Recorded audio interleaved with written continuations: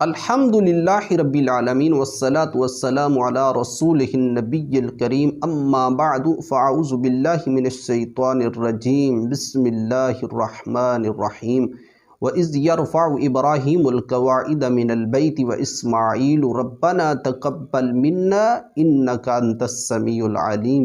اللهم صل على محمد وعلى آل محمد رب اشرح لي صدري ويسر لي أمري واحلل عقدة من لساني يفقهوا قولي واجعل لي وزيرا من أهلي رب زدني علما رب زدني فهما صدق اللہ العظیم۔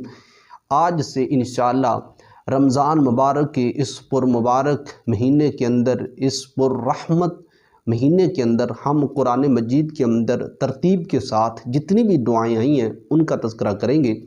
قرآن مجید کے اندر اللہ رب العزت نے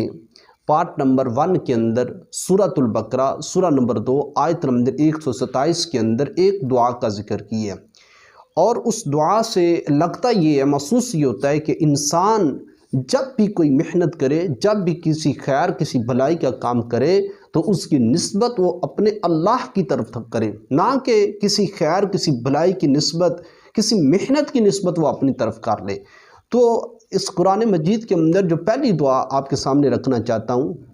وہ یہ ہے کہ وَإِذْ يَرْفَعُ إِبْرَاهِيمُ الْقَوَاعِدَ مِنَ الْبَيْتِ وَإِسْمَاعِيلُ، جب ابراہیم علیہ السلام اور اسماعیل علیہ السلام دونوں ہی اللہ کے پیغمبر ہیں، باپ بیٹا ہیں، اللہ کے پیغمبر ہیں، جب اللہ کے گھر کی بنیادوں کو اٹھا رہے تھے تو اس محنت کے بعد، اس خیر کے بعد، اس بھلائی کے بعد جو انہوں نے اللہ رب العزت سے دعا کی، وہ دعا یہ تھی ربنا تقبل منا، اے ہمارے پروردگار، اے ہمارے رب تو قبول کر منا، ہم سے یہ جو محنت ہم نے کی ہے، یہ خیر، یہ جو بھلائی، یہ جو نیکی ہم نے کی ہے، اے اللہ اس محنت کو ہماری طرف سے، اس خیر کو، اس بھلائی کو، اس نیکی کو ہماری طرف سے قبول کر لے۔ اور کبھی خیر کے کام کے بعد، نیکی کے کام کے بعد، بھلائی کے کام کے بعد، محنت کے کام کے بعد اس کی نسبت کبھی بھی اپنی طرف نہ کریں،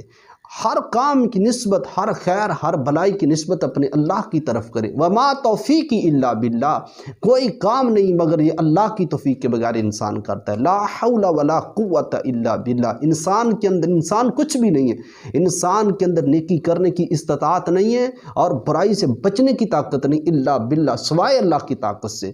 تو یہ پہلی دعا قرآن مجید کے اندر ربنا تقبل منا، انسان جب بھی کوئی کام کرے، جب بھی کسی خیر کسی بھلائی کا کام کرے تو اس کی زبان سے یہ دعا نکلے ربنا تقبل منا، اے ہمارے پروردگار میں اس کام کے لائق نہیں تھا، میرے اندر اس کام کے کرنے کی استطاعت نہیں تھی،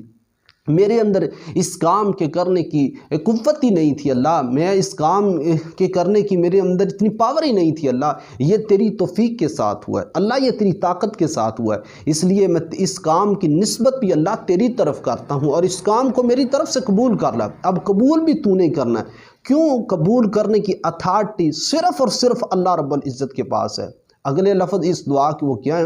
انک انت السمیع العلیم، بے شک اے میرے پروردگار، اے میرے رب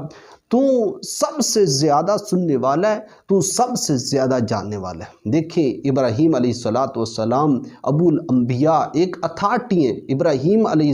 السلام اللہ کے خلیل ہیں، اسماعیل علیہ السلام ان کو ذبیح اللہ کہا جاتا ہے۔ آپ دیکھیں کہ اللہ رب العزت کا گھر بنانے کے بعد انہوں نے اس بیابان جنگل کے اندر، مکہ کے اندر، بکہ کے اندر، اس القریٰ کے اندر اس گھر کو بنانے کے بعد اللہ سے ایک دعا کی، اے ہمارے رب ہماری اس محنت کو قبول کر لے۔ اللہ رب العزت ہمیں بھی ہر کام، ہر خیر، ہر بھلائی، ہر نیکی کے بعد یہ دعا کرنے کی توفیق عطا فرمائے۔ ربنا تقبل منا، انسان دعا نماز پڑھتا ہے اللہ سے دعا کرے ربنا تقبل منا، اللہ اس نماز کو میری طرف سے قبول کر لے، زکوٰۃ کر دیتا ہے، حج کرتا ہے، عمرہ کرتا ہے، ہر خیر کا کام، ہر نیکی و بھلائی کے کام کے بعد انسان کی زبان پر یہی جملے ہونے چاہیے ربنا تقبل منا۔ اللہ رب العزت مجھے اور آپ کو اس دعا کو پڑھنے کی توفیق عطا فرمائے۔